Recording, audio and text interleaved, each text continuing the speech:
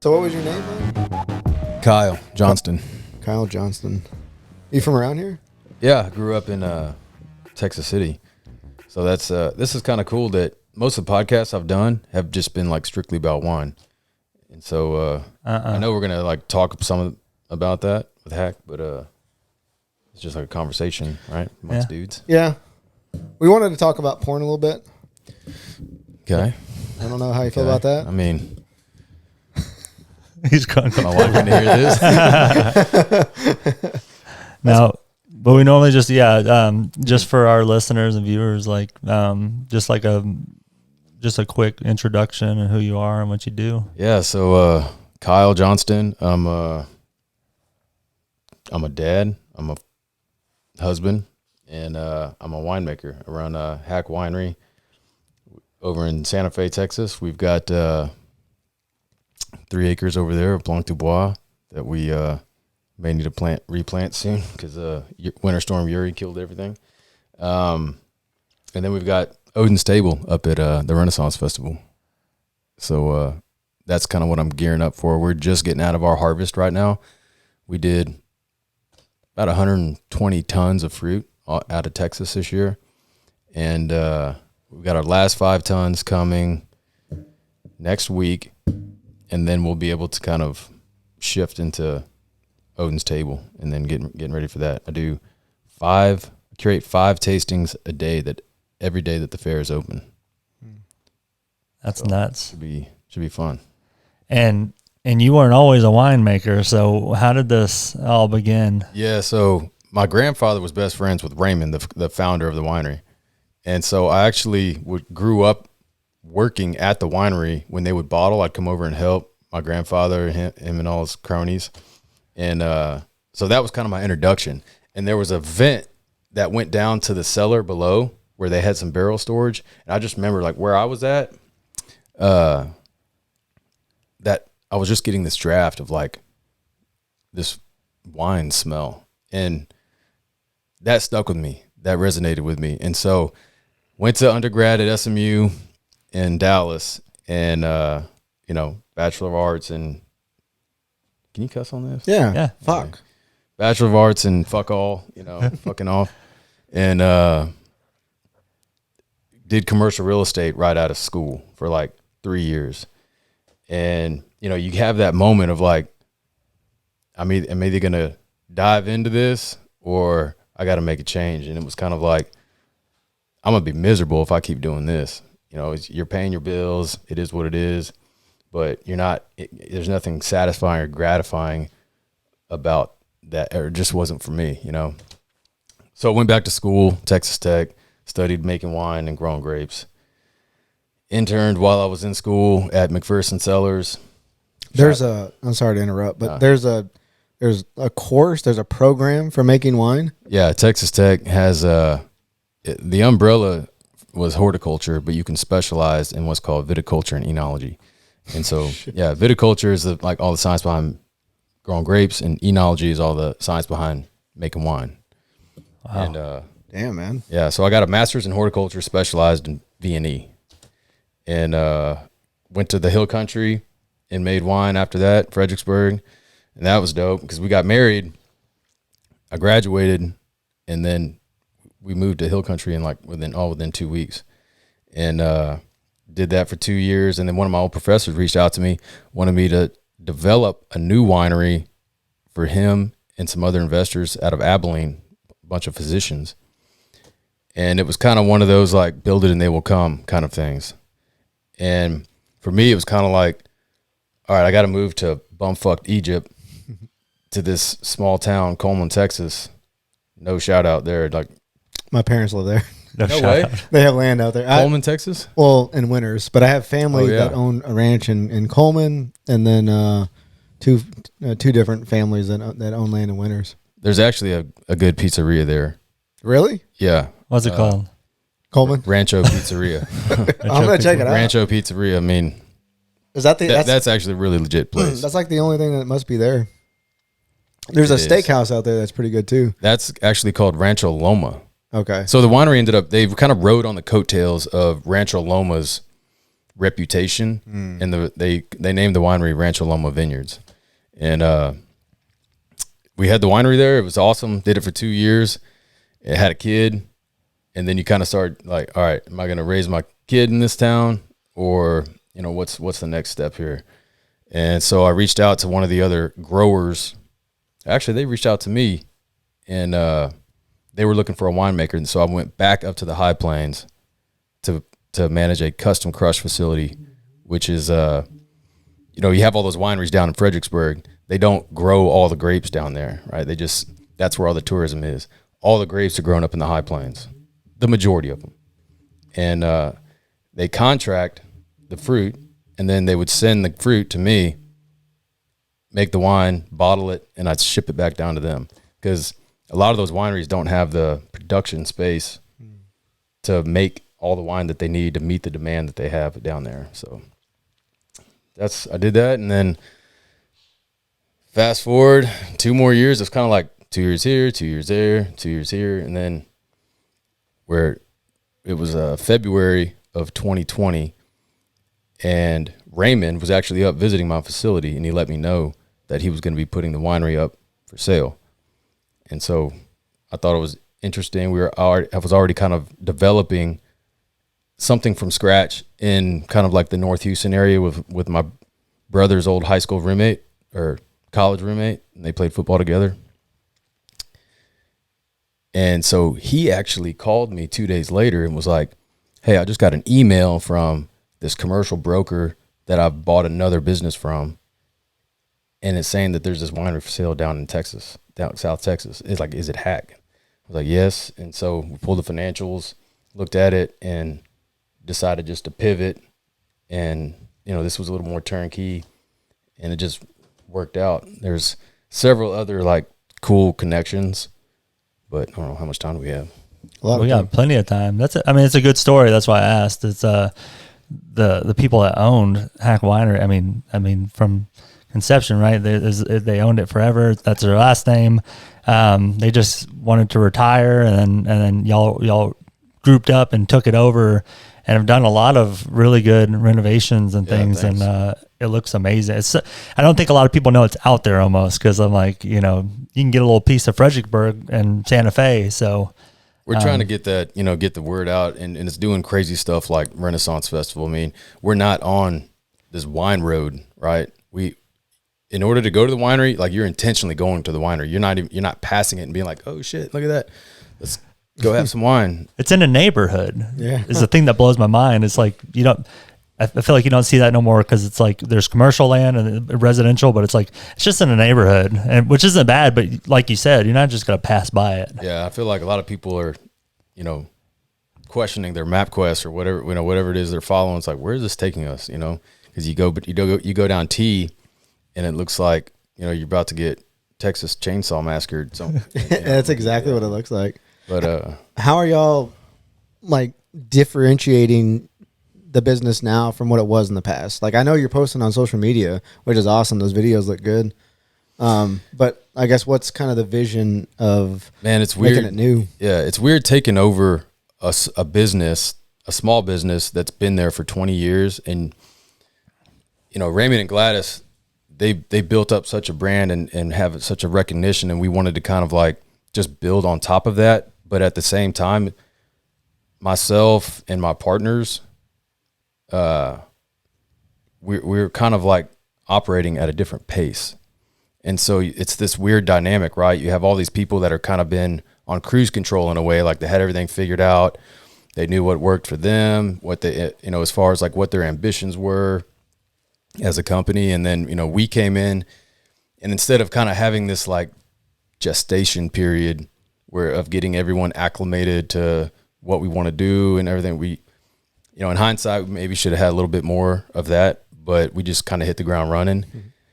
And it's, you know, it's weird when that happens, 'cause it kind of starts to weed people out in a way, you know, because you have, you know, we had like 35 employees when we took over, and some of them kind of get on board what you're doing. You know, there's like that initial excitement, you know, these guys coming in, there's a new energy, but then like we didn't take the gas, our foot off the pedal. We're just like, and it's hard when you're going full steam for a long time. People start kind of jumping ship or poisoning the well. They're like, man, I don't know about these guys. Like they're going a little too hard. Like I don't know if it's good for this business. And at the end of the day, it's like myself and all the other owners are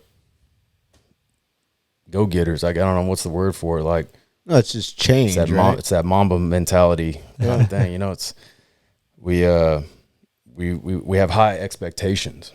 Yeah. Not just for ourselves, but for the business. And we want it to be successful. We're going to do what we need to do. But yeah, I mean, we came in, we renovated the cellar. So now that's like a badass venue for all kinds of different stuff. We've had everything from 60th anniversary parties to gender reveals and bachelorette parties. And then you have yoga too, right? Like yeah, we did yoga, sound baths. Yeah. We do drum circles now. What's that? Yeah, we do a full moon drum circle. Drum circle. Yeah, Okay, it's like what we did at that training. Yeah, They do that. Dude, yeah. that's pretty badass. Every full moon, I'm trying to do it out there. So what makes the full moon? I was born on a full moon, and so was the Katrina, the chick that we kind of partner with on. We were talking. I was like, man, I want to have a drum circle, and we were kind of thinking about when to do it. And somehow we got on the conversation of the full moon, and she was also born on a full moon. We're like, let's do it on full moon. Every full moon, let's have a drum circle. So we have instruments. People can come out, and for me, it's just like a way to clock out, because I feel like my head's always ringing. Like I'm always thinking, going, and when you're around a fire, beating on a drum, all that kind of gets quiet in a way. Mm-hmm. So for me, it's an escape. I'm gonna have to get out there with you. I have a djembe too because I got a ran and I got kind of addicted to it. But it's so fun being in the drum circle and having a few people and adding something new every once in a while. You start to get in that rhythm and you hear ta ta ta ta ta. You're like, oh, who did that? And then you're like, duh, duh, dude. Duh. And it's like you're creating this sound, and it's like, and you don't even know where it's coming from at a time. You get so zoned out, you don't even know what your hands are doing. It's you're in a trance almost. It's really special. It is, and it's crazy when you have that many people, and it may start just with a shaker, someone's just doing a shake. Then you have all these people kind of tying into that. And then when everybody kind of hits that sync, and it's like, it's an addiction almost. Like everybody's plugged in and you're on like this other plane.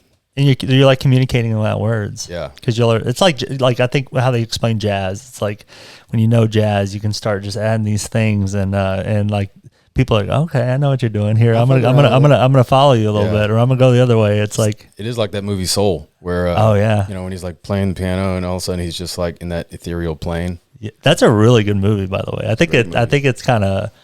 I don't think it's like that popular. It's a little underrated. It's underrated is what I was looking for. It's a really good movie to really explain that space. Good life lessons there. I like how they kind of dive into the afterlife. Their version of the afterlife. Is this a Netflix movie or what? Is Pixar, it Disney? It's Pixar. Yeah. Oh, They're getting really good. What is that mood one? The one with the different moods. Yeah, that's oh shit. I have kids. Emotions. I don't know. Those two movies really show a very creative way of how our emotions are, or like where we go when we are in our creative space. It's like they did a pretty good job, and to explain it to a kid, the unexplainable. That's a good start, I think. To like how they make those core memories. Yeah. And then they lose that one core memory. Yeah, God, I can't. Dude, it's so good. Yeah, we could look it up. Are they trying to indoctrinate kids somehow?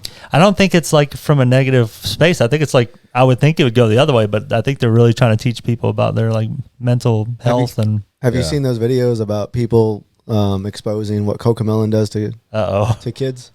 Oh, it gets pretty dark. I don't know. Like all of a sudden, like somebody flashes on the screen. They're like, "Kill your parents." Something like that. But they'll turn like, do you know what Cocomelon is? I'm assuming so. Yeah, my kids love it too. But there's like this whole panacea of people on YouTube that talk about the negative impacts of what Cocomelon does to kids and how it rewires the brain to go against what your parents are saying, or learn how to go without your parents, because in those videos, like the parents are in the beginning of those music videos, and then like as it goes on, as the song goes on, the parents disappear and the kids are just walking by themselves. So there's like some psychologists behind it saying like, oh, well, it's like teaching the kids negative things and how we don't need to be around the parents or listen to the parents. It gets pretty dark. It can go the other way though, because you're not going to have your parents forever. Yeah. You have to learn the way. It just makes you some think, independence. Like, Yeah. oh, absolutely. It's called Inside Out, by the way. Yes. So, Did you look it up? Yeah, I had to. Inside Out. Watched It's it a a couple Pixar times. or what? Yeah, that one. You need to watch that one and Soul, because I think you would like it a lot. Amy Poehler voices that main chick in Inside Out. Oh, yeah. Yeah. I'm a big fan of Amy's. You like Parks and Rec? Ish. I didn't think you would. I didn't think you'd like her. Ish. I just, it's like another thing you have to get into, and I never really got into. I was like, I'm Seinfeld and The Office. Hold on. Oh yeah. Do you like Seinfeld? Yeah, he does. Yes. Fuck, dude. Yes. So when I was in college, I used to not like Seinfeld, and then my roommate was like a diehard Seinfeld fan, and I was like, man, fuck Seinfeld. Like, this show's weak, and Hell yeah. See? No, he's about to see. He's about to see his butt. no, though. then, Here's the no, butt. then he got, he like forced me to watch it, and I remember it was entertaining, but it's kind of like my wife likes Everybody Loves Raymond, and man, I just can't really get into it. Like, I don't like as much as she has. I mean, I do like, Friends, Office, Parks and Rec. What am I watching right now? Game of Thrones, the dragon one. Yeah. You have to devote time to like Parks and Recs and like Seinfeld. You have to like fall in love with the characters. You got to get to know the a little bit. characters. Yeah. That's where part of the jokes and the humor come from, is like understanding the character and why that's funny. Like on Parks and Rec, have you seen that? Yeah, so we're a big Office, and then we get into Parks and Rec, but we just not like the Office. So it's funny when I watch it, but I just don't go looking for it. One of the hardest times I ever laughed, I think, watching the show was when Andy Dwyer was polishing Ron's shoes, and Ron like came. I don't think I've seen that one. But I know the characters enough to know that's pretty damn funny. Yeah, They have really good characters. Like Ron Swanson, Andy is just like, golly, you can't see that he's like in Jurassic Park and stuff now. He's just like, I like the part where he's talking about like talking to the doctor about wiping his ass, and he's like, it's like there's a marker. It's just I just keep wiping, and just it keeps. See, that's funny. Like what I do, and they had those outtakes with that kind of dark girl, and she's like trying not to laugh. Yeah, I love, dude. That's funny. You can go down a rabbit hole with the Office bloopers. Oh, God, I could watch those over and over. Well, I imagine like being on set and witnessing that, and like what some of those people were like. The guy, maybe holding the boom, like what he was thinking was like, this is fucking gold. Yeah. Yeah. Like, I can't believe I'm seeing this right now. My wife hates The Office. She just doesn't like it. So, but I'll make her watch it every now and then.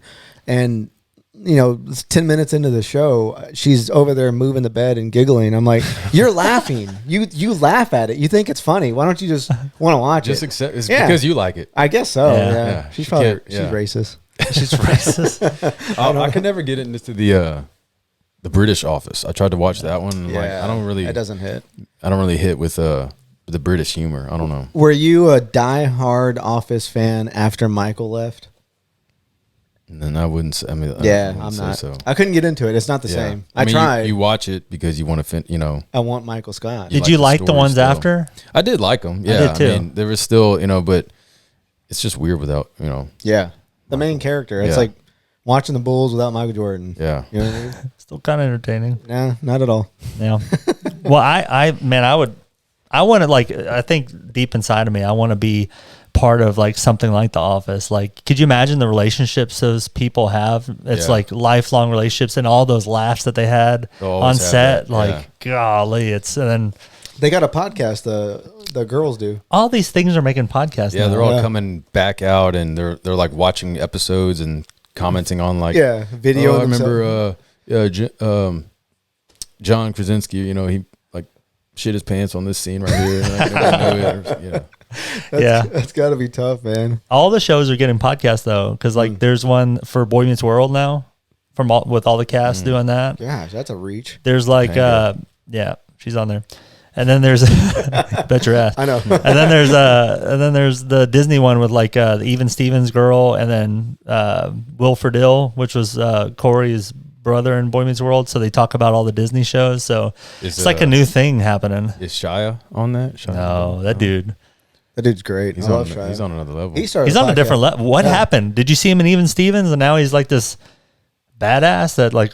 He's like this deep thought, philosophical person. Yeah. He did I think he has a podcast, or he did a podcast, and where he goes on a couple of good rants. Where he's outside? Yeah. Yeah, I saw that one. Those are good. I think I saw something recently where he was addressing like his mental health or something like that. Yeah. Where he was like about to give up and maybe like found the Lord Savior or something. I think he realizes that like Hollywood's fake.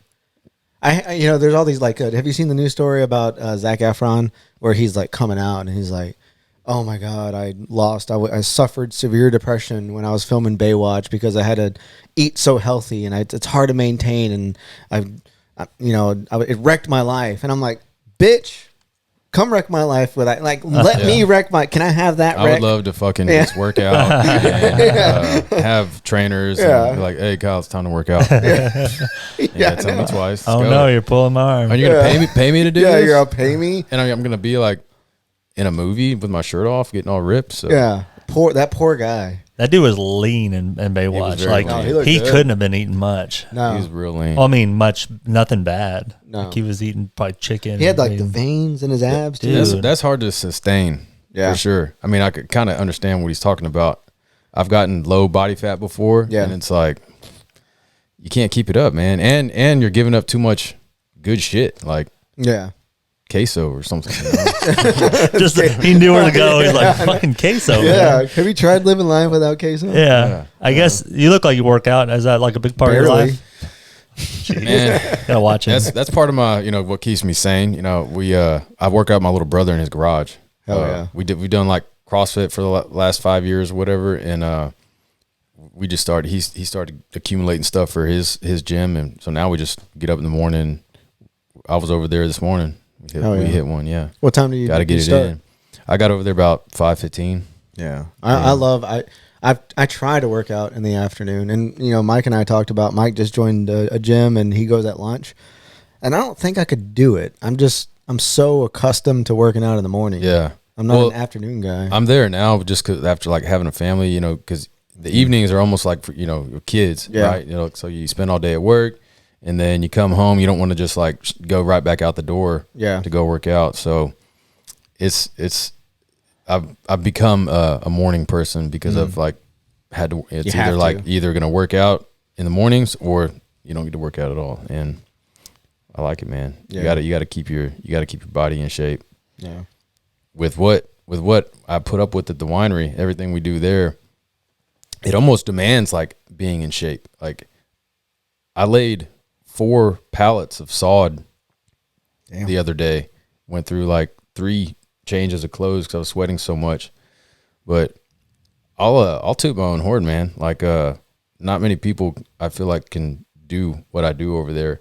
It's I feel like I'm operating out that wicked level right now. Yeah, you're focused, man. I feel it. Feel your energy. Yeah. When I went on a tour, I saw him. He was just like running around. So, and all the people I heard were real happy with what you're doing. I guess all the people that were ready to keep on the gas are like, this guy's amazing. He's making good changes. There's like a lot of good feedback. Well, I mean, yeah, everybody kind of needs a leader, right? Like in a small organization like that. And so I'm kind of the boots on the ground guy. And then we've got Austin, Elrod, Troy Kyle, and then Case Keenum. But they've all got other jobs and businesses. And so I'm kind of and my dad always taught me, like, you got to lead by example. I was never like the hoorah guy to kind of get everybody amped up. I just work hard, man. That's all I want anybody to say about me. It's like, well, what's Kyle like? He just busts his ass. So you got 3. So there's 3 business partners that took over the organization. Myself and 3 other guys. Mm-hmm. Y'all knew each other well before.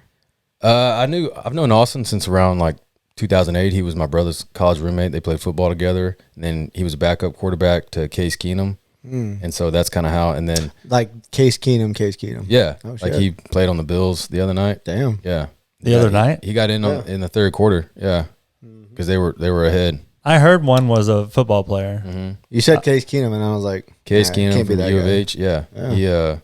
Him and Austin are tight, and then they know Troy as well through like U of H alumni circles. Oh shit! And Case made a good career, in the NFL. Yeah, he's been there for like 10 years now. So, and backing up Josh Allen, like the face of the NFL right now. I know that's cool. So they provided the heavy investments and you run like Sweat the day-to-day equity. operate. Yeah, sweat equity. Sweat equity. That's what makes the I knew place you were gonna run, have though. something clever to say. When he started saying that, Yeah, but you're the main person for Haak, right? Like I've got like a 10% ownership, and then they own the rest.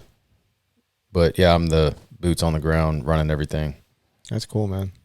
It's nice to have because Austin and Troy, and then even Case, they've got so much experience as well. And so like when I do haven't something that I haven't been up against, usually it's like on the business side, like financial, taxes, or insurance, stuff that I haven't really dabbled in.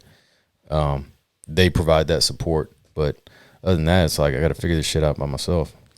I bet you're learning so much, and it's so cool to put like your sweat and your tears into something that's like yours. Mm-hmm. And like when you look at it, it's like this is the thing that you made. A lot of people don't get that opportunity with working with corporations. It's like they're helping someone else out. You're getting a check, but it's not really like the labors of your whatever that saying is. Yeah, it's like it's cool to Fruits of your labor. Yeah, it's cool to go up to the high plains, visit the growers, see the vineyard. I'm touching the grapes, and then a couple weeks later, they're in the winery in the tank fermenting them. Fast forward a few more months, we're pulling them out of barrel and tasting them, seeing if they're ready, and then designing the labels, and then bottling comes, and that's kind of the fruition of everything. Bottling is kind of we set a Haak record this week. Tuesday and yesterday combined, we did like 1,200 cases on the bottling line there, which we like blew the previous record out of the water. I want to say it was like 600 cases before that, and that's what I mean. We're grinding, putting the pedal to the metal, and I feel kind of bad, but we had a good team doing it. But bottling is kind of a grind, but it's also kind of the fruition of all that hard work and labor and logistics and planning and all that kind of stuff to have that, kind of the final product. And I'll get to take that product and like share it with people and have a good time, So that's what's gratifying. That's what I get out of it, That machine is automated, but it's like there's a little bit of manual to it too. So I imagine just putting on some like Slim Thug and that little that little warehouse. We were listening to Tool. And just going or whatever your taste is. But I could zone it. That's like a drum circle or something for me. I was like, you start getting in the rhythm and working together, and you can knock some stuff out. I feel like I could do it all day, but it's also like my product, and so it's different, But when you have people that are invested in what you're doing, like we had a girl. She hasn't been working for us very long, but she loves working there. She's just, we're calling her now the bottling baddie, Sarah. And, the BB. Yeah, and she's just doing the same thing all day long, but she's in it. She believes in what we're doing, and that's the kind of people that we want working for us. It's like they're on our team. And it doesn't matter how long we're there. She's there until we get it done. And so that's pretty cool to have people like that. Yeah, that's really good to have employees that have ownership and see like when you're doing good, they're doing good. Yeah, and we still have I think we still have some people in the mix that they're not so sure if they would still want to be there or not, but they're maybe need a job and we'll see how these next 6 months go. Y'all had a lot of long time employees, right? I mean, they were there. Some of them in the beginning, I thought. Yeah, I mean, like I said, it's hard. It's hard when you're, all of a sudden expectations are higher, and the pace is higher, and it's hard to go hard for that long without a break. But I feel like I've kind of just gotten used to it now, and it is what it is. Yeah. Well, talk to us about this getting involved with the Renaissance Festival and providing for them now. Yeah, that was wild, man. It was 2 years ago, and we were there walking around, and I'm just like, why is Haak not here? You know, I've seen Messina Hoff everywhere and just some other little brands. And so I just started making phone calls. And then we had a wine club member that was going to do a booth. And we're like, okay, well, he wants to use our wine. Well, he fell ill, and so that kind of fell apart. But I had already started developing the Haak Miod. And that's the mead style white wine that you tried. And I was like, well, shit, I've already put all this time and effort and money even at that point to develop this label. And so I just started calling Texas Renaissance Festival's offices and left a couple messages. And then I got a message or a call back, and they were like, we want to do a wine tasting. And we asked our sponsor to do it, but they declined. And that kind of rubbed the owner the wrong way. Like the main owner, George of the Renaissance Festival, I think kind of rubbed him the wrong way. And I was like, well, yeah, we'll do it. We'll do it. And so we did that last year.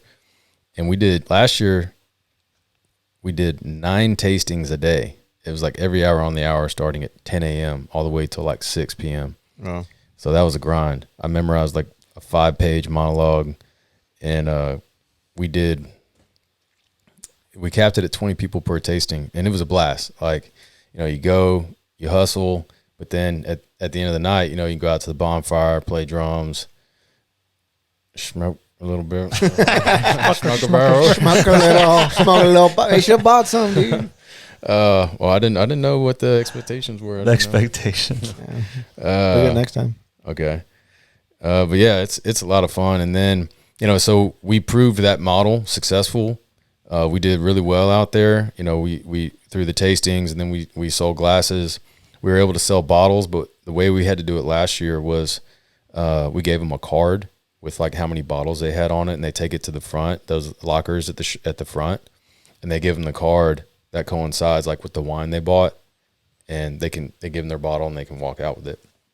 Because we weren't the sponsor last year, but this year we'll be able to sell bottles, which is yeah. So 2022, we're now the official wine sponsor. They gave it to us or offered it to us. We accepted, and so now all Haak wines will be in all the pubs and taverns. And then we co-branded 2 wines called the Hugin and Munin, which is the story of Odin's ravens. You know, those are the names of his ravens. So we have these badass bottles, man. You'll see them. They look sick. We just finished bottling everything yesterday. We did all of the Munin, which is the white wine, and then the Hugin is the red wine. And now I've got it in a van, and we're gonna take it up there, make the first delivery. I love that you made cold calls to him. You just out of, man, didn't know him. You just called him yourself, trying to get in that door. That's cool, man. Yeah, when you my dad always said, what the mind can conceive and believe it can't achieve. So when that's all I get it in my head, I just do it, Yeah. I bet. Yeah. No, I was gonna say, I see why you were talking so highly. Mike was drooling. I could feel the foam kind of out of Mike's mouth when he called me over the phone talking about Just you. kind of dial it back a little bit, but it's close. Yeah. I mean, see the why he feeling's liked it. mutual, man. The feeling's mutual. What'd your foam look like?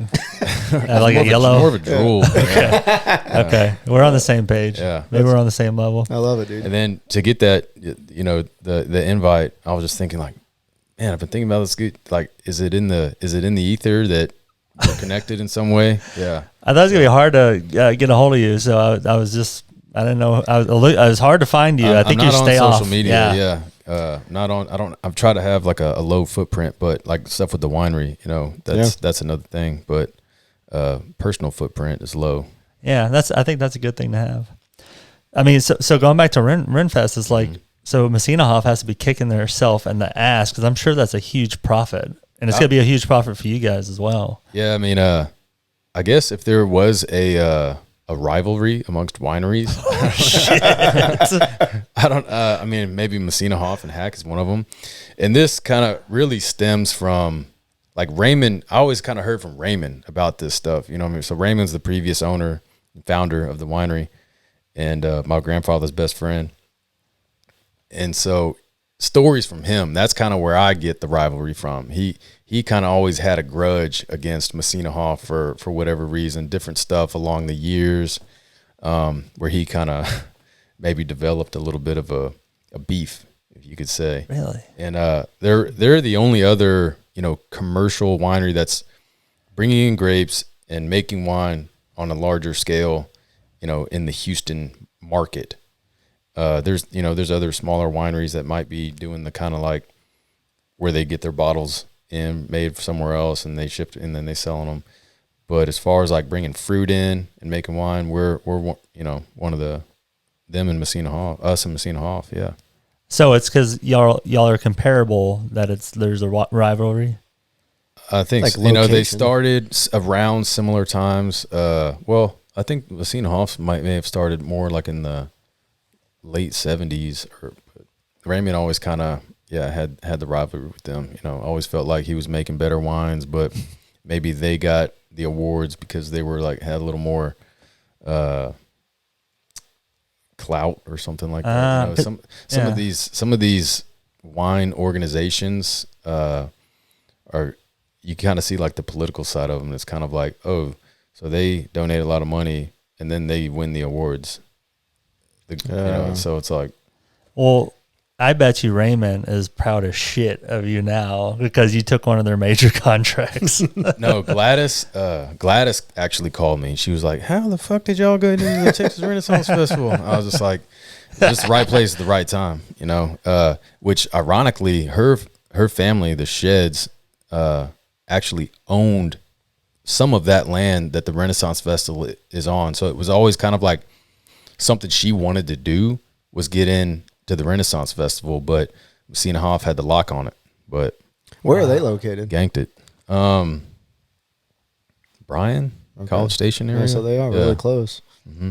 And they've got multiple locations. Like they've got a location in Fredericksburg. They've got one Grapevine. They've got, I think, a new place like in Richmond. So I didn't know that. That's why I had some confusion. I thought it was just at Fredericksburg, but I didn't think that could be believable because it's kind of a small location in Fredericksburg. Yeah, that little tasting room over there with they've had like 4 or 5 points of sale of their wines, and they're big in distribution too. Aren't y'all big in the rodeo as well? We're trying to get big in the rodeo. We had a wine. Oh, that's for the state fair. We're trying to get big in the Houston rodeo. We want to focus on the Houston market. Like this is our spot down here. We've got Case Keenum, who was like a child of Houston when he was at U of H, setting all those records. I think they got to like they got as high as like number 6 in the country when he was there. What round did he go? I don't want to start talking football, but what round did he go in? Damn, he's probably gonna kick me for not knowing this. I want to say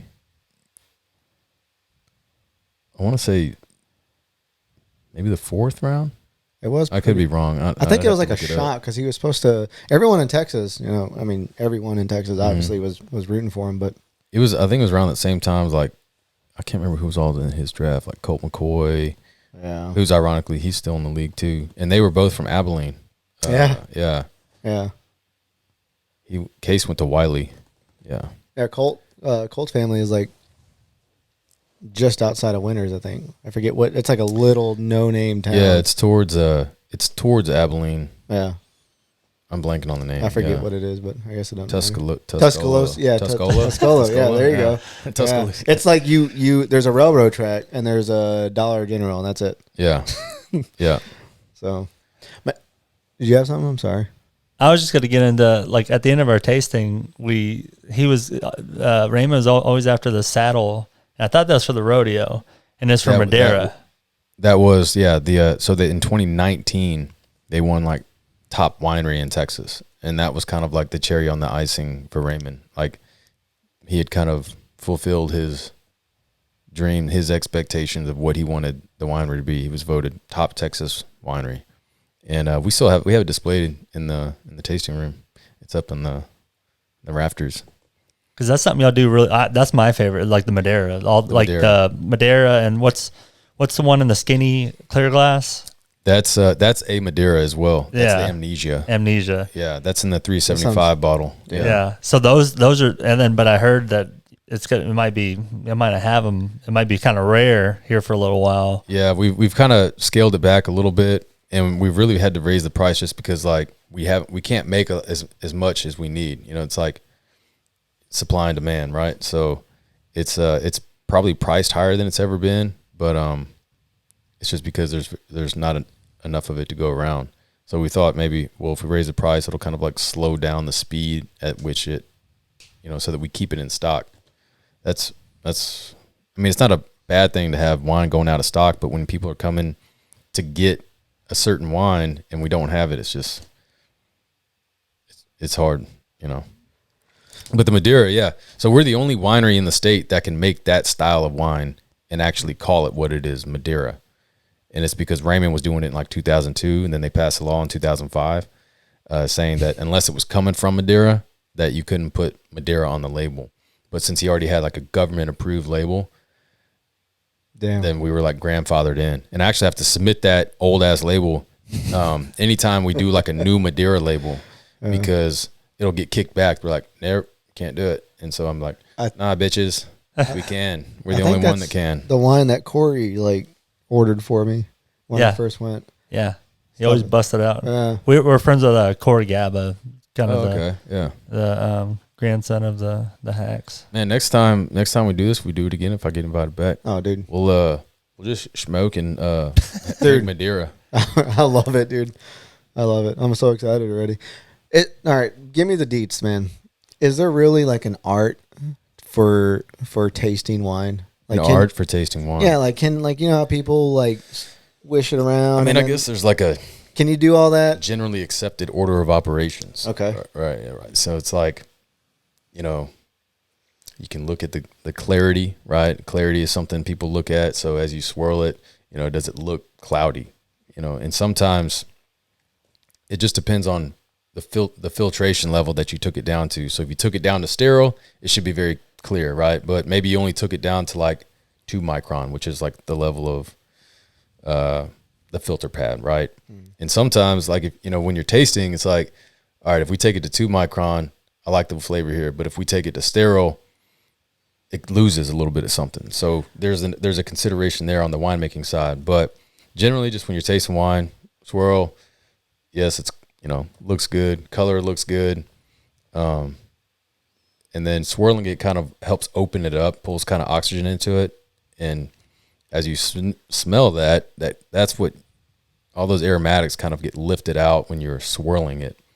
And then some people look at the legs, but that's kind of bullshit. You hear like some of your wine snob friends be like, look at the legs. Oh, look at the legs. And all that is it's the alcohol sticking to the glass. It's less dense than water. So, you know, higher alcohol wines, you're going to really see like thick legs on the glass. I love thick legs. Yeah, dude. Me too. He threw him off a little bit. And, juicy booty. Is that a wine term too? It should be. It actually is. That'd be a good one. Higher. It's just that if there's no correlation between legs and the quality of the wine, it's just an indication of the wine's alcohol concentration, right? Okay. But you should be able to measure it, right? Is that bullshit when you do the little and they stream down? If you like the spaces between the legs, well, you can almost get the percentage. Man, I've never heard that one. No, you're teaching me something there. Yeah. Oh my god, they said it's down to like you get it almost down to percentage. Especially like Madeira, you know how those like stay there for a while. Did Corey I have to tell you look that? it up. Someone told me, and they're like, "This is 12% or." Dude, if it's real, that sounds like some bullshit. If that's a real thing, then I mean, yeah, you'll have to show me. That'd be cool. What about when you drink it and you don't really taste it? Right, like there's a process there too, and there's a process before you're going to the next wine that you clear your palate. What is that? So I have a habit of like, you know, when I sip, I'll kind of like slurp a little bit, which you know, I'm pulling more oxygen in. It's the same thing as why you would swirl. And for me, it helps me taste the wine completely because it kind of like brings in your olfactory systems. And so, you know, because you taste with your smell as well. right? And so as you're pulling that air in, you're kind of like smelling and tasting at the same time. So you're getting like the full experience of the wine. And then, yeah, swallowing. Nothing there, guys. Give us a little minute. It's early, right? Yeah. Well, we thought We you. haven't been drinking. Let it kick in a little bit. Yeah. Let Maybe the we should coffee. have had those mimosas. Man. Yeah, the most of them are good. That thing you met, I went to a winery, one of those Texas route ones where you take the bus or whatever. Yeah. And a guy told me, he goes, if you don't, you like, I forget what it was, like 70% of your taste is in your smell. And he goes, if you don't believe me, eat a strawberry and close your nose. And I was like, well, this guy's full of shit. I came home and I did not taste that fucking strawberry at all. Just close your nose and bite into it. There's no taste. Yeah. I did not. Who'd you do that tour with? It was an older guy Oh, from. okay. I think he had a school shirt on, like it was UT or something. Okay. But he was very confident. I used to know a lot of those tour guides. Oh, the guide. Yeah, like all the people driving like the tours. The guy driving it was like, I don't. He looked like a pimp, man. He had all the chains and stuff on. I don't know his name, but he was a good time. Damn. Those things get wild though. Yeah, I can imagine. I've never done one personally, but if we go back, I probably will get like a driver. It's 290 is dangerous, man. You've been out there drinking wine. Hell yeah. Talk to me about.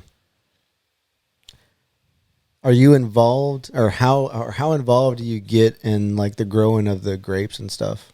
And is that like with chemicals being sprayed on them? Like, does that enter your mind? Do you get involved in that kind of stuff?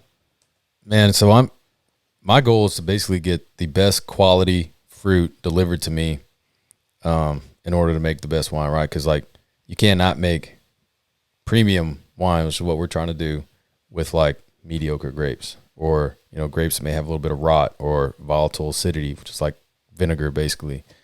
So in my personal opinion, whatever the grower has to do to deliver a premium crop to me, whether he's spraying pesticides or herbicides in the vineyard, and everybody follows strict protocols on like when to do that. They're not going to like spray and then harvest it and all that, comes to me with chemical right on it. The people that we've partnered with have been growing grapes for a long time, and they've had like a 20-year partnership with Haak. So it's one of those things for me. It's like, I'm not a master grape grower. I don't try to pretend to be. They've been doing it. Like, that's their thing. And so I trust them to deliver a premium product to me. And 99% of the time, that's the case, but it's a relationship, right? Like during the growing season, you have these goals of what you want as far as sugar concentrations in the fruit. But you roll with the punches, right? Like all of a sudden there's a hailstorm coming in, or like a big rainstorm coming. Well, you're at 22 bricks and you want it to be at 24 bricks. But if it goes to this rainstorm, it's going to knock it back down to 20 bricks, which bricks are the sugar concentration, like the unit of measurement for sugar concentration in grapes. And so it's just kind of like, it's like a fight, you know what I mean? Like you have a plan going into harvest, and then you get hit between the eyes, and you're just trying to survive. And that's kind of what the last 2 months felt like. Is there like a natural roller coaster with how much product they provide over the years? Like, have they seen a dramatic maybe decrease, or is production like higher, or is it just go in waves? It's waves. It's cyclical. It's like the stock market. You know what I mean? Like there's going to be years where your yields are low, and you're going to have years where you have like a bumper crop. Well, all we can do is kind of try to find grapes that we can plant that are kind of tolerant of some of these different obstacles that we face in Texas. Like growing grapes in Texas, it's fucking hard, man. Growing anything in Texas. Yeah. Right? I mean, and especially up there, it's drier. They have a lot of wind, airflow and stuff like that. The soils are sandier, so there's less like pest pressure in the soil for stuff that wants to feed, bugs that want to feed on roots. But we get hail up there, and we get these random cold spells in like May that at that point, the young vines are pushing out, and when that cold front comes through, it'll kill that early growth, and we won't have any like white grapes. Those are normally the first ones that push out, and it can be devastating. Are most of the grapes that y'all are getting from Texas? All of the grapes that we bring into the winery are from Texas. Oh shit. Okay. Yeah, we'll for some of our wines, we shop the bulk market in like Washington or California, stuff that goes into distribution. But everything that we're making at the winery is Texas. Dude, that's badass. And the goal is to be completely Texas, but with some of these wines, like our margins are so low, like that we have to find some cheaper fruit or cheaper wine in order to like make a profit, because Texas grapes are expensive, man, compared to other places in other regions in the United States. In the United States, are grapes the best in the United States? Like as far as, or is that more? That's more California, probably, huh? Well, I mean, California, Washington, Oregon, they have quality stuff up there, but there's good stuff in like the Finger Lakes regions up north. I mean, it's hard to say like where the best grapes in the United States are. I mean, I would argue Texas, but it's a different style of wine that's produced than like it's almost like comparing apples to oranges in a way, to like put a Texas cab next to a Napa Valley cab. It's like they have a completely different terroir, which is like the French term for essentially the soil and the climate and the rainfall that year, all kind of like bundled into one term, the terroir. It's completely different terroir in Napa Valley than we have in the dusty high plains of Texas. So you're going to get a different flavor profile, right? Yeah. But people always want to be like, oh, Texas wine is dog shit compared to anywhere else, and it's just not the case. Like we're making good wines. You were there. You were at the wine. Dude, y'all are getting good. What is that one? Amorche or Emercito? Yeah. I knew I can get you there though. That's a pretty good one. Isn't that fairly new? Ish. Newish, yeah. That's actually the best selling red wine that we have, and that one's like on the scale. It's on the sweeter end. Yeah. But that's kind of what people like in this area too. You gave us it was chilled too. It was like really cold, and I was like, oh, geez. But one thing that y'all do really well too is y'all's wine labels. Like whoever the art person is on that, especially with your Renaissance bottles, like they're just perfect. Who does that for y'all? So I developed the Miode, but then in November, or I guess the latter half of last year, we hired a marketing duo. So one guy kind of handles more our social media, and then the other, he's our marketing director. So he kind of just anything that we put on out there, he kind of oversees. But he's got a amazing like design background too, and is really talented at that kind of stuff. So like, when I showed him what I wanted to do for the Hugin and Munin, he was like, I'll get right on it. And then what he sent me blew me away. I was like, dude, this completely exceeds the expectations of what I had in mind. And, so I had mocked some things up, and he was like, I'll get back to you. And then what you're going to see at the Renaissance Festival is his like, design. It's cool, man. It's nice to have somebody like that on my team, because like I feel like I have a certain level of artistic creativity, but I don't quite know how to like put that into the world. And so to like explain it to him and then have him create it was badass. It's a cool collaboration. Yeah, it's great. If you go to like Fredericksburg and look at their bottles, it looks like they did it, like some just random person did it, and it doesn't draw me in. But these, I mean, y'all's labeling looks very professional, and it like, I don't know, it tells a story about the wine. Even though like the Madeira, I like the little small bottles y'all started making. Those are, I mean, it's just aesthetically pleasing, like the things that y'all are doing with the bottles, because that's half of it. It's just it brings sell wine, but like trying to get it to pop off the shelf. Yeah, a little bit. Yeah. No, it's exciting, and the tasting that we're developing this year is going to be unlike anything you've ever seen, dude. It's gonna be tight. And Nestor is the marketing director. He's developing. I don't want to give too much away. But give a little bit. Spill the beans. Don't give it all. Like you mentioned the story, right? It's all about the story. Yeah. And taking people through this kind of story. So the tasting that we're doing, my character was basically visited by Odin's ravens, and they bestow a quest upon him to create these wines to represent Midgard amongst the other 9 realms. Because Odin's in search of like the best wine in the 9 realms. And so, I have to assemble a collective of people to taste through these wines. We select a champion, then we summon Odin. And so there's going to be this really cool visual element of using like LED fans to kind of create this mystical summoning of Odin. And there's other surprises too. And so it's going to be cool. Sounds like a movie, man. They're not only supplying wine to the Renfest, but you're adding to the experience. Right. And So we're a vendor as well. So we're not just the sponsor supplying wine. We also have we have our own booth where we will conduct these tastings I'm talking about, and it's going to be unlike anything you've ever seen. That's so cool. I'm And to excited start about it. making those bottles like little collectors, or like having these different things or seasonal things, to where it's like you start getting hyped because I want to get that certain bottle this year, or they have a new one coming out this year. Like, so much opportunity. Yeah, there's room for creativity next year too, because Odin had wolves, he had goats, there's like different stuff that we can do with that. Yeah. What about the bottles themselves? The bottle's tight. So it's the Hugin, they're both they're frosted bottles. So the Hugin's frosted black, and then we silk screened the label on. And it's tight. It's got, it's a black bottle with a white raven. It says Hugin on the front. And it's co-branded.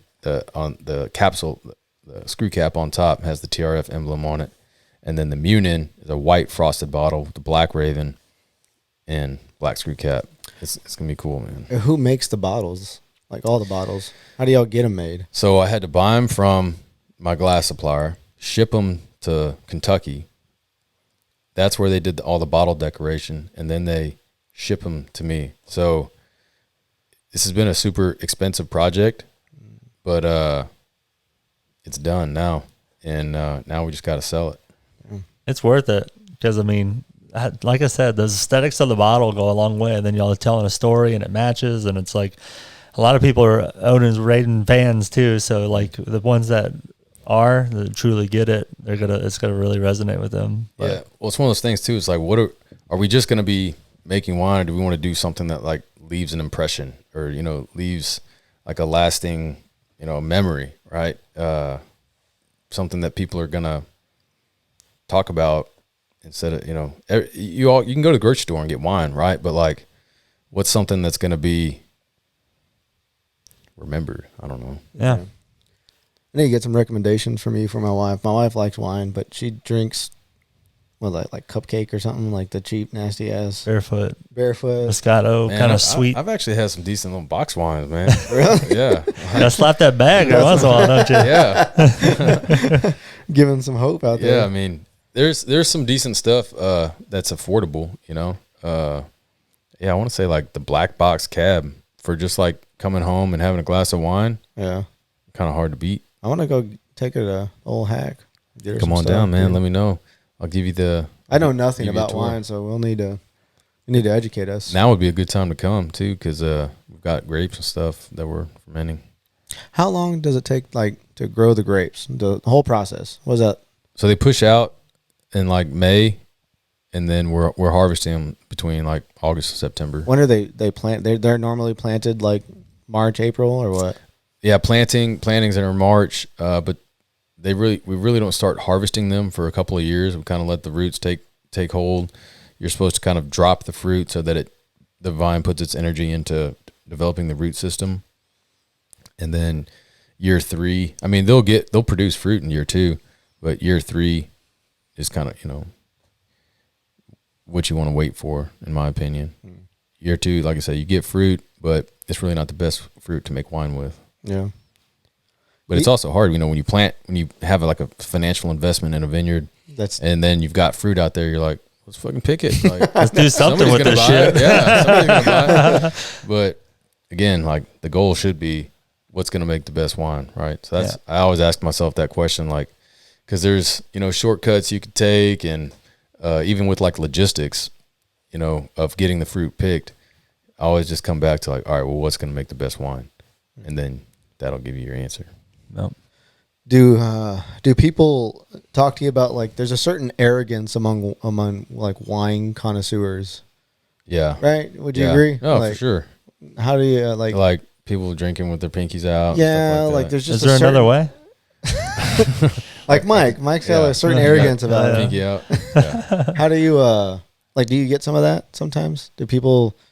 I think there's I think there's a certain segment of people that are kind of maybe turned off by like the population of wine drinkers. Yeah, when I'm talking about wine, sometimes I can feel myself getting too like scientific, and then people's faces kind of start glazing over. I think you do it well. That's where I was gonna go. I was like, you make me want to try wine. Maybe it's been like the practice of it. It's well, I appreciate that. Yeah. But I think there is just kind of a little bit of a stigma when it comes to wine and people who are in that industry. Why though? Like, what is it? Like, what is it about it? I don't know. It's just, I guess it is a little bit, there's a taboo about it, right? It's kind of like a snooty element or something. I don't know. Like if you show, we're trying to make wine for the people, right? If you show up to a party or like a football game with beer or I don't know, other like margaritas mix or whatever, like you're cool. But if you show up with wine, it's like you're that person. Oh yeah, this guy. You know what I mean? Oh, I brought a bottle. This guy white wine. Yeah. You know what I mean? I think it's fun, like because you're like beer was cheap thing, quickly made. You have to drink 10 of them to get kind of hammered. So wine, dude, one glass of wine. Wine is expensive, just like an old fad, like craft drinks and stuff. There's this, it's fun to like kind of dress up, go out, and then you have this wine that was created, and it's like make this like fun thing where you can taste a little more. 70% your nose. I mean, there's just. You start learning more about your taste and palate, and wine's more of a journey, right? Like when you're tasting a new wine, it's like, oh, where's this from? Like, have I had wines from this region before? Oh, this doesn't taste like the one that I had before. And yeah, I mean it's a lifestyle, I guess you could say. It's and like you're saying, yeah, it's just a different beer. Beer sometimes is beer. Actually, I don't want to say that either, man. Like if it's like home brewed or whatever, could be because I like craft beers. Some of these craft beers, yeah, they've gotten pretty unique, right? Yeah. But yeah, I get it. I get the stigma sometimes, and so I try not to be too scientific or too hoity-toity. Like that was good. That was good. That got me. Yeah, because I get crazy in the craft beers. I get those bourbon barrel aged stouts, and they taste a lot like Madeira. I mean, it's pretty damn close, or whiskey barrel stout. So I'm not just gonna throw down that bottle, and I'm not gonna drink it hot. I'm gonna make sure that thing is as cold as possible, and I'm gonna freeze a cup, and I'm gonna put it in one of those. So you're making those 9-ounce cups. Yeah. I'm gonna pour it nicely, and I'm gonna enjoy it because it's like $15 for like a little bottle. So it's like I'm gonna treat that a certain way because I want to be my best me while I'm drinking that. I should have brought you. There's this Texas Leaguer brewery, and they did a stout in one of our Madeira barrels. So I'll bring out some of that next time. Yeah. Oh no, that's good. Well, they do it in all these barrels, and a Madeira barrel would be good. Balcones did a whiskey in our Madeira barrels. They called it Dusk and Dawn.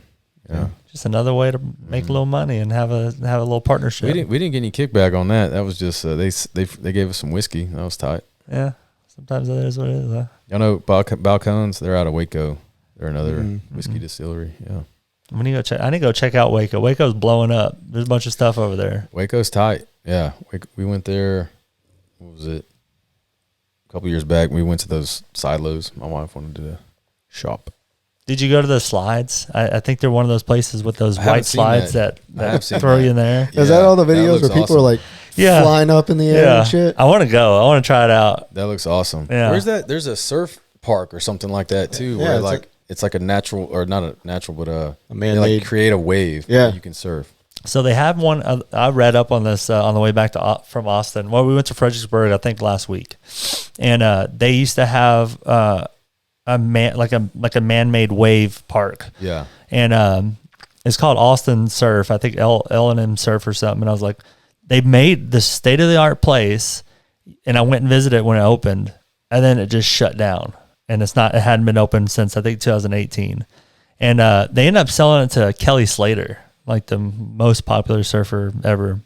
And there's another one, I think, in California. And I started reading it, and I'm like, why wouldn't they open this place? It's like, perfect waves all day. It creates this wave in this, man-made lake.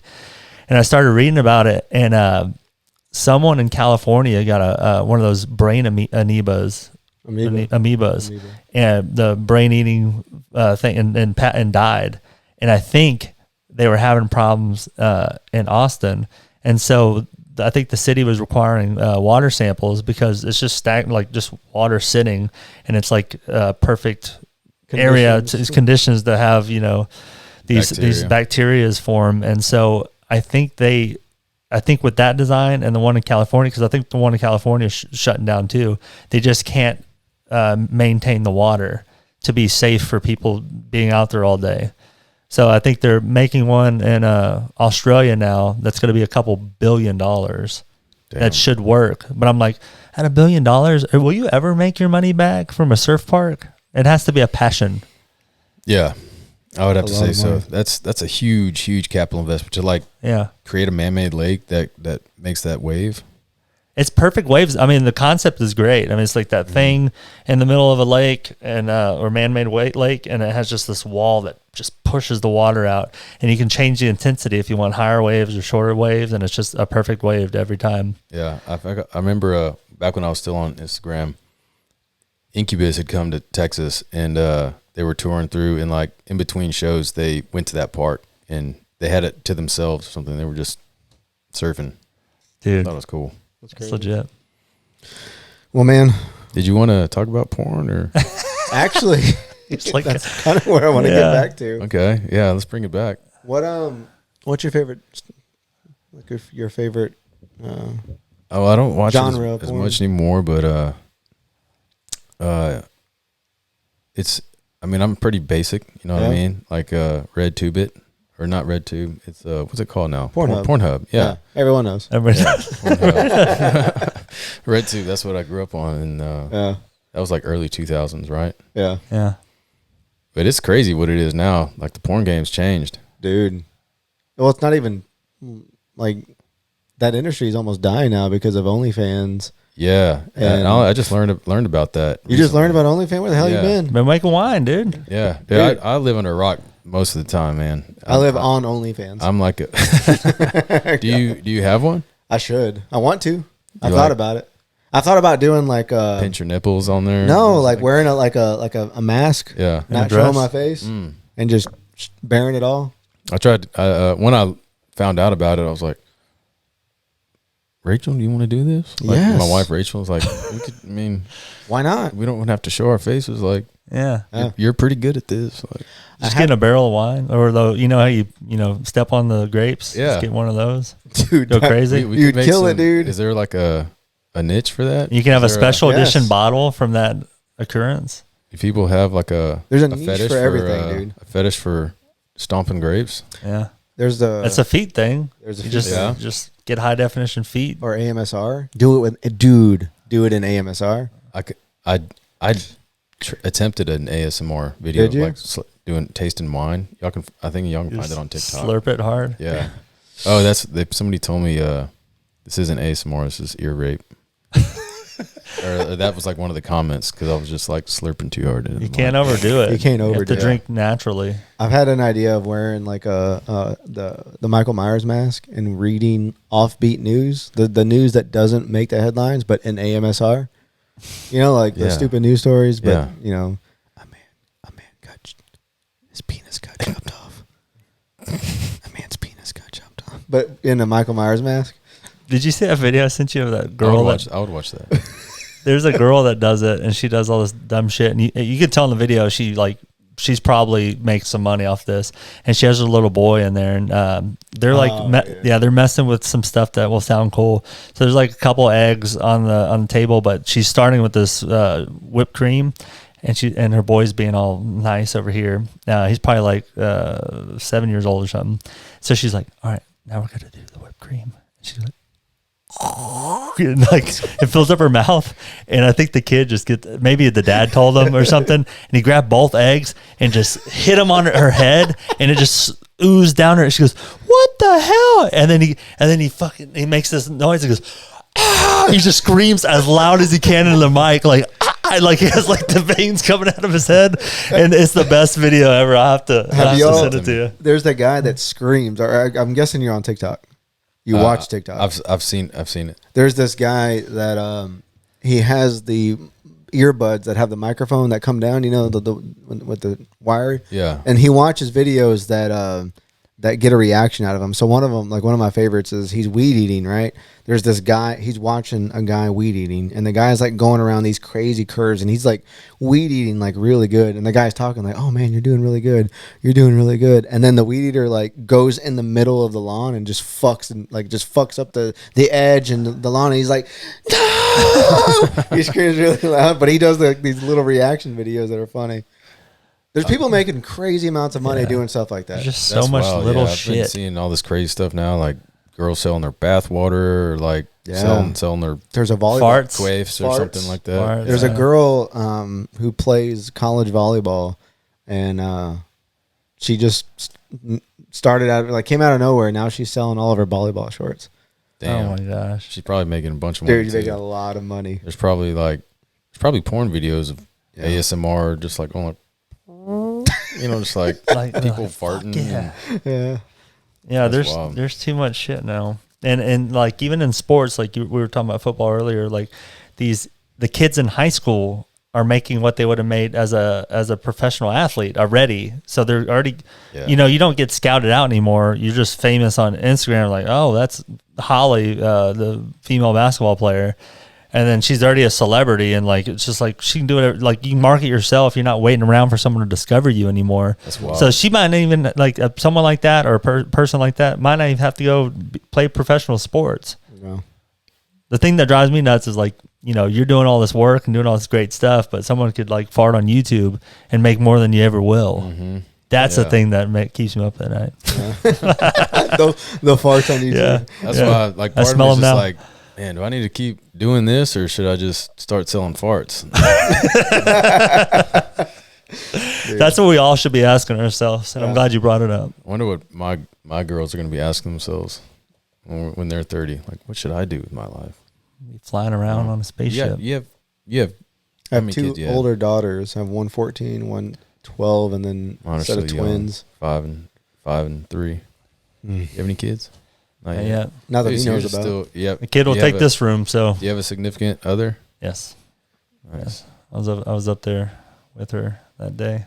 Oh, that's right. Yeah, that's she was the one looking at you for a long time. So thanks a lot. Muscles, man. Look at that. I know. You look exactly like Mike, but better. Just a little sexier. Yeah, like she looked at him. I was like, I kind of look like that, right? And she's like, in your fucking dreams, buddy. Your dreams, buddy. In your dreams. She goes hard too. Yeah. She's like, in Your dreams. She's Mike, go get in the car. Yeah. Just wait.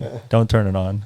The only reason I tanked up is because driving that short bus, and the AC doesn't work in. So I'm just like just hot, sweating, man. Sweaty as hell. Yeah. It's actually, I left it running because I got that wine on there. I was trying to keep it cool in there. Yeah. But you don't have AC, right? Well, the AC works, but it's stuck on defrost, the windshield. So I don't get the blow on me. I've got I jerry-rigged a cardboard up on the dash to like try to deflect some of the air towards me. Yeah. But the motor that turns it to like blow in your face, it like went out while it was on defrost. Damn. And so it's just stuck on. Have you tried WD-40? No. You should try it, dude. Everything. There's a guy on TikTok. I should probably look. He doesn't have TikTok. You're a multi-$100 organization. You better fix that AC. There's a guy on TikTok that makes money. He quit his job and he just explains the uses and how many different ways you can use WD-40. Then that's all he does. That's all he does, and That's- he makes a shitload of money now. That's crazy. He's got like 2 million followers. I would be curious. 2 million followers. Yeah. Just like Just things all- you can do with WD-40. Yeah, he zip ties one of them. He will zip tie a zip tie around the can, and you know the little sprayer, the little, I guess the The little straw the thing. straw Yeah. thing. People, there's a question like, how do you keep track of your straws? He's like, a zip tie. I zip tie it, and I put the straw in here, and then he throws his thing is, he'll throw whatever he's doing. He goes next, and that's the end of the video. Oh my gosh! And you're contributing to this shit. Yeah, I subscribed. Okay. What does he say on like his Tinder date or whatever when he's like, so what do you do? And he's like, I mean, what does he say? What do you think he says? He says, "What do you think I was going to use for lube?" Damn, dude, that was shit. That was Boom. good. Hey, That was good. Yeah. Boom. That was Every good. once in a while. Every once in a while, he'll fucking Put one bring it on out. else. Yeah. Yeah. I always just thought it was like you could burn ants with it in addition to I didn't know that. lubrication. Yeah, You can clean your stainless steel appliances too with it. you can clean your phone with it. Yeah. So you learn this from him. So Yeah. he's doing something right in the world. He's Yeah. putting, he's contributing something to You society. spray it around your window seal, and you'll keep bugs and ants away from your windows. Dude, I what don't is know. in it? See, instead of like smack Nobody's your asking mama or that whatever, question, yeah. Nobody's asking that, right? I'm gonna go What's ask in him now. WD-40? What is in It's like WD-40? WD-40. it does everything. Clean you out. Colonoscopy, that's what they use. Oh, do you take a? It should that I Yeah, put dude. I put that shit on everything. The damn hot sauce took it. It should have been WD-40. Could you imagine? You're getting good. Be a right different now. product. We better shut this down before I get too good. We're getting really good. All right, man. Are we close? Yeah. We're good. We're good, man. So, how can people follow you? Where you located? Facebook, Instagram, all that good stuff. You can't find me except for at the Renaissance Fair at the on the weekends in October and November, or you can come out to the winery during the week. I'll be there. Come out to Haak Winery. We've got badass wine. We've got a cool venue. We've got music on the weekends. Royal Delights, who I met at the Texas Renaissance Festival, has taken over our kitchen, so they're providing all the food, and they've been outstanding. Come see us. Come get a tour. You got to come out. Come out, man. Bring the fam. Yeah. We don't have a lot of stuff for kids. We had a playground at one point, but the hurricane like mangled it, and we just got rid of it. It was beyond repair, and but yeah. Like I said, I have a low digital footprint. So What's the Hack's got an IG page though too, right? Yeah. Okay. HackWinery.com There you go. or Hack Winery is the Instagram handle. We're on Facebook. They started a TikTok as well. That's where that ASMR video is. And, Let's go check that I'm out. gonna go look at it.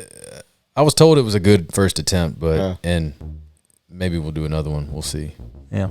Well, man, But we appreciate it. y'all having me out. This was fun. Oh, Yeah. How long has this been? How long were we talking? a little over An hour and 18. Okay. Yeah. Does it feel like it? No, it went by pretty fast. Damn, dude, we're getting good Yeah. at this. You blink, man. Wait know. until you take these headphones off. You're like, where the fuck was that? I got to head north to Todd Mission, deliver this wine. Thanks for Okay. having me, though. Yeah, get you safe out. travels, bro. Thank We you. love it, man. Right. Bye. Right. Peace.